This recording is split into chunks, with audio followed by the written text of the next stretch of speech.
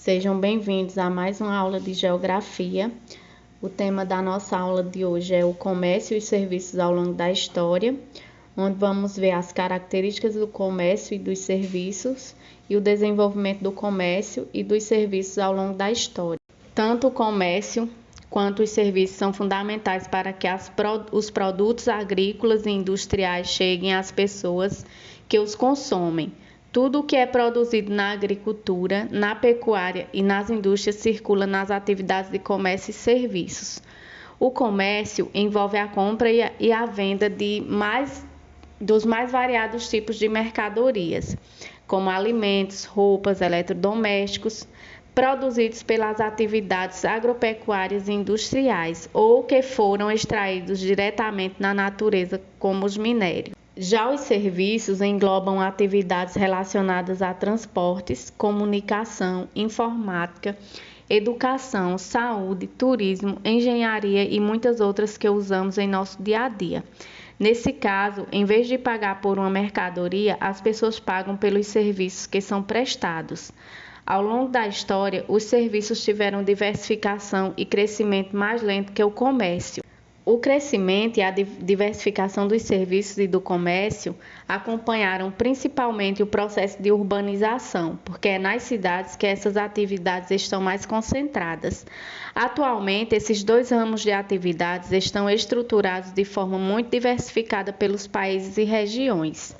Além disso, o comércio e os serviços são os maiores geradores de empregos e renda na economia mundial. É importante perceber, no entanto, que as atividades agrícolas, industriais e de comércios e serviços são integradas. As atividades agrícolas promovem crescimento nos setores industrial, comercial e de serviço, porque compram e utilizam muitas máquinas, equipamentos de irrigação, sementes selecionadas, entre outras. Dispõe ainda de ampla variedade de serviços como transportes, comunicações e contabilidade. O comércio pode ser feito no atacado e no varejo. Em geral, grandes lojas e supermercados, por exemplo, compram de indústrias e de produtores agrícolas no atacado, isto é, em grandes ou médias quantidades, e vendem para os consumidores finais em menor quantidade, no varejo. Os serviços também envolvem atividades de diversas escalas, por exemplo, no setor de transportes. Existe tanto o motociclista, que faz a entrega de documentos de uma empresa a outra dentro de uma cidade, como carros e caminhões que levam produtos aos consumidores localizados no interior de um município ou grandes navios que transportam contêineres entre os continentes, viajando milhares de quilômetros. A infraestrutura voltada para o comércio e os serviços é mais densa, onde há maior concentração de consumidores. Nesses lugares, essas atividades são mais diversificadas e sofisticadas, o que explica a concentração de shopping centers, hospitais e faculdades, entre outros, em determinadas áreas da cidade. Para facilitar o fluxo de mercadorias e informações, o desenvolvimento do comércio exige a implantação de várias obras de infraestrutura de transportes, avenidas, rodovias, ferrovias, portos, armazéns e de telecomunicações, ou seja, a implantação de várias atividades ligadas ao setor de serviços. Por isso, o comércio e os serviços foram, ao longo da história, grandes impulsionadores das transformações do espaço geográfico em escala local, regional, nacional e mundial. O comércio é uma atividade muito antiga na história da humanidade que se expandiu com o desenvolvimento da agricultura e o surgimento das primeiras cidades. O aperfeiçoamento das técnicas de cultivo de alimentos e de criação de animais permitiu a produção de excedentes, o que tornava possível alimentar um número maior de pessoas. Permitiu também a permanência de grupos humanos em um mesmo local, pois não era mais necessário sair em busca do que comer. Assim como nem todos precisavam mais se preocupar com a produção de alimentos. As pessoas passavam a diversificar os produtos de atividades desenvolvidas, dedicando-se à manufatura, ao comércio e ao serviço de administração pública, entre outras atividades urbanas. Nas primeiras sociedades sedentárias, era comum trocar um produto por outro ou por um serviço. Quem cultivava trigo, por exemplo, podia trocá-lo por leite e pelo conserto de uma ferramenta. Com o crescimento das cidades e a diversificação do comércio e dos serviços, o dinheiro foi criado para intermediar as trocas. Ao longo do tempo, as atividades comerciais foram se dando também entre diferentes lugares. Desde a antiguidade existiam muitas rotas comerciais envolvendo grandes percursos por Europa, África e Ásia, apesar da precariedade dos transportes. Na época das primeiras cidades, a domesticação de animais colaborou bastante para a expansão do comércio,